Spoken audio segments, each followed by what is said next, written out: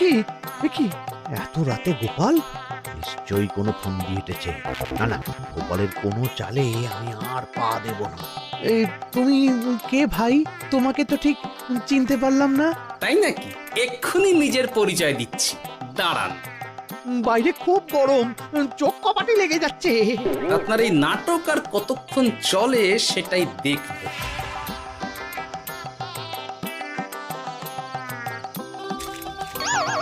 ওরে বাবারে, ঠান্ডায় মরে গেলাম রে। তুমি কি করলে? হ্যাঁ, কি করলে? এতেই রোগ সারবে মন্ত্রী মশাই। বাইরে গরম, তাই ঠান্ডা জল ঢেলে দিলাম। তাড়াতাড়ি তাড়াতাড়ি একটা গামছা নিয়ে এসো, ভিজে গায়ে জ্বর সর্দি হবে আমার। এই নিন আপনার গামছা। আরে পাখা নয়, পাখা নয়, গামছা নিয়ে এসো গোপাল। গোপাল তাহলে ঠিকই বলেছিল। তাই তো দেখছি মহারাজ, এখন মন্ত্রী মশাই সব ঠিক বলছেন। তবে এইবার সেরেছে রোগ। বাবা গো, এবার সব সত্যি কথা বলে দিন মন্ত্রী মশাই, না হলে জল ঢেলে ঢেলে আপনার বাড়িটাই ডুবিয়ে দেব। না না, আর নয়, বলছি বলছি বলছি, হেঁচকি আমার সেদিন রাতেই সেরে গেছিল মহারাজ। তারপর যা করেছি সব ইচ্ছে করে, গোপালের সেবা নেওয়ার জন্য। আমাকে ক্ষমা করে দিন। ছি ছি মন্ত্রী, তাহলে এসবের পিছনে তোমার ষড়যন্ত্র, আর আমি শুধু শুধু গোপালকে শাস্তি দিলাম। এবার এবার আমাকে একটা কম্বল দিন না মহারাজ।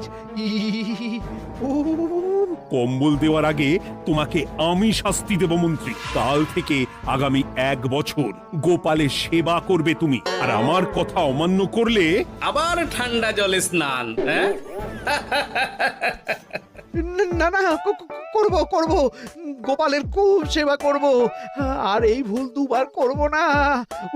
তো আমার বোঝা উচিত ছিল বুনো ওল আর বাঘা তেঁতুলের বন্ধুত্ব হয় না, তারা একে অপরকে জব্দ করতেই পৃথিবীতে এসেছে।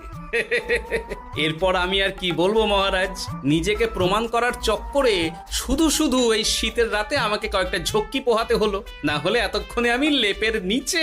বুঝেছি গোপাল, তুমি আবার বুদ্ধি দিয়ে প্রতিপক্ষকে জব্দ করেছো, তাই এর জন্য তোমার পুরস্কার প্রাপ্ত। আর অর্থের গরমের চেয়ে বেশি গরম কোথাও নেই। উফ, আপনি যেভাবে আমার মনের কথা বুঝে যান মহারাজ, তেমনটা আমার গিন্নিও পারে না। হেঁচকি সারলো, হাঁচি চলে এলো, দূর চাই।